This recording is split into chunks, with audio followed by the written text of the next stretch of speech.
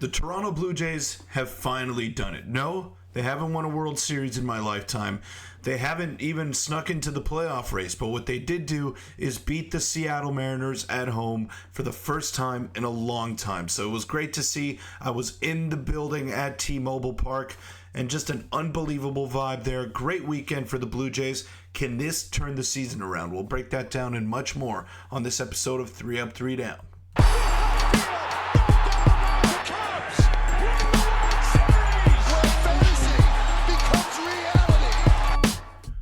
What's up, everybody? I'm your host, Peter Vryonis. Welcome into 3 Up, 3 Down. Today we're going to be talking about the Toronto Blue Jays and their great weekend that they had in Seattle. Excuse my voice. I was in the building. It was a very electric atmosphere, and I'm a big Blue Jay fan, so every year I try to make it a point to go to Seattle and watch the team because it is one of the best experiences that you can have as a Blue Jay fan. Just being at T-Mobile Park and watching all those Blue Jay fans rally behind one another despite how the season is going. It was a great experience. I'm glad I got to do it again this year.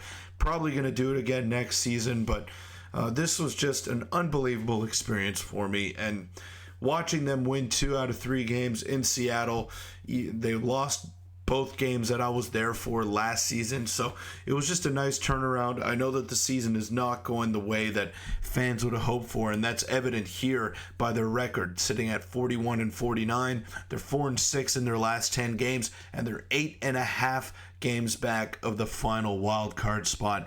They're nowhere near the playoff race. I do expect them to be sellers at the deadline. I don't know to what extent exactly, but the Jays are not looking very promising right now, and I don't think the playoffs are a realistic outlook for them considering the way that this season has played out. So I do expect them to sell at the deadline, and that's Yusei Kikuchi, Danny Jansen. There are a lot of players on expiring deals. You could throw Chad Green, Jimmy Garcia in there as well. There are a lot of players that I could see being dealt from here until July 31st, and it wouldn't shock me. I really think that's the right course of action for the Toronto Blue Jays because you look at the division and it's not getting any weaker if you fast forward 5 seasons from now. The Baltimore Orioles, they got new ownership and they have a ton of great players at their disposal right now. Gunnar Henderson is making a case of being a top 5 player. If you don't want to put him in that top 5 category in the league, then he's definitely a top 10 player in the game today.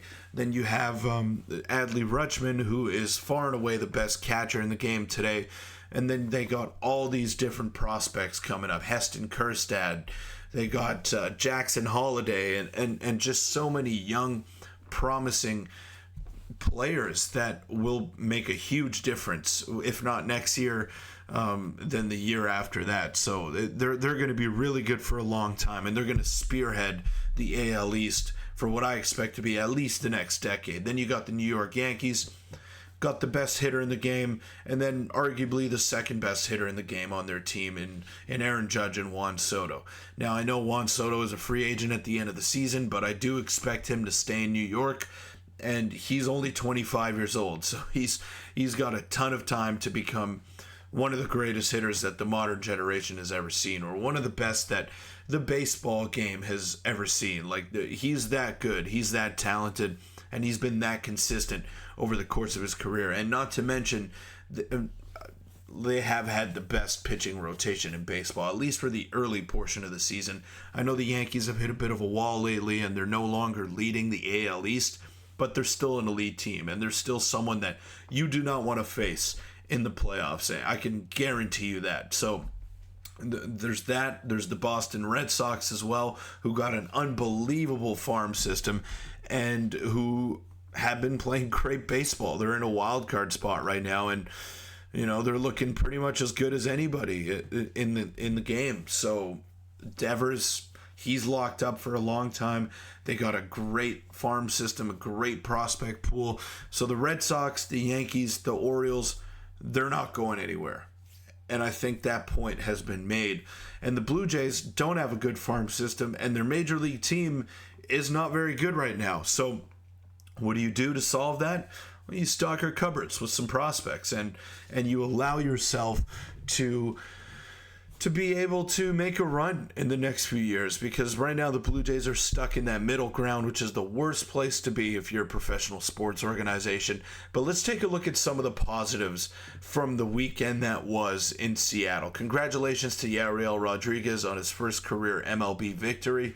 Y-Rod was fantastic in that outing. He actually had a no-hitter, or a perfect game through about 4 innings, and he was locked in. You know, the control was a little bit wonky, as it usually is with Y-Rod, but he was throwing hard. His stuff looked great, and he managed to give the Blue Jays some really good length in that start. And he's been really good in his past 2 starts as well. So it's great to see Y-Rod turn it around and establish himself as that 5th starter in a rotation that really needed someone in that role, because they were struggling. They were struggling big time, and looked like Manoah was starting to turn the corner, and then we know that he's going to miss the rest of the season. So the Jays needed to find an internal option to go ahead and fill that 5th starter spot. It was Bowden Francis at the start of the season.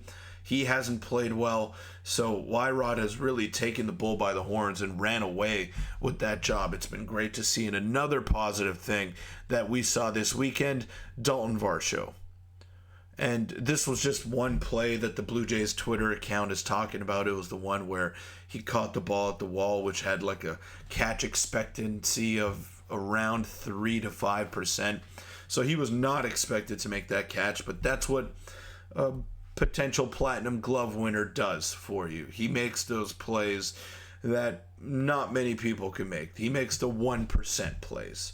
And Dalton Varsho is that kind of player. So it was great to see. And he also had another diving grab that he made, which resulted in a double play.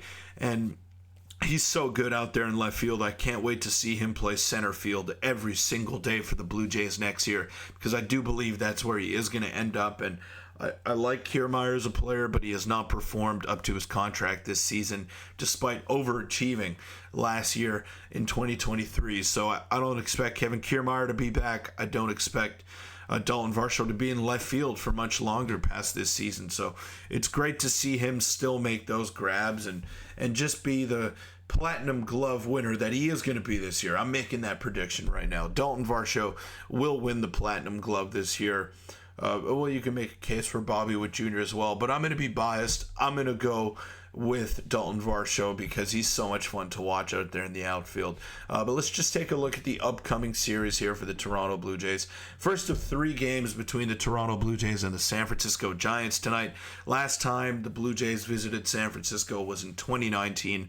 During that visit, Vladdy hit his first major league home run. So Vladdy's got some success there in San Francisco. It's been a while since the Jays have been there. It actually has been a few years. So it's going to be a lot of fun. I love these West Coast games. I just came back from the West Coast, so still recovering mentally, still recovering physically as well. But thank you for bearing with me and my voice for this video. And good luck to Canada as well, who is playing in the Copa America semifinal tonight against Lionel Messi and Argentina. That should be so much fun. So if you guys want to just catch the first half of that before the Blue Jays game, or if you want to catch the entirety of it, depending on how it's going for Canada, then good luck. Good luck to them, and good luck to all of you out there who are supporting our boys tonight, whether it be Canada or the Toronto Blue Jays. But that'll wrap it up for this episode of 3 Up, 3 Down. Thank you guys so much for making it this far.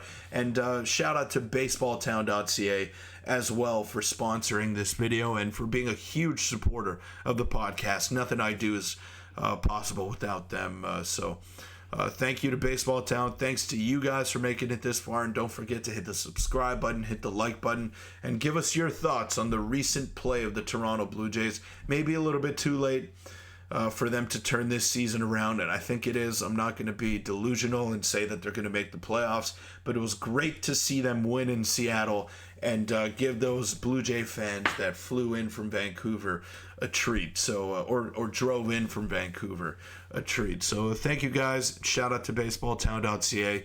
We will see you tomorrow.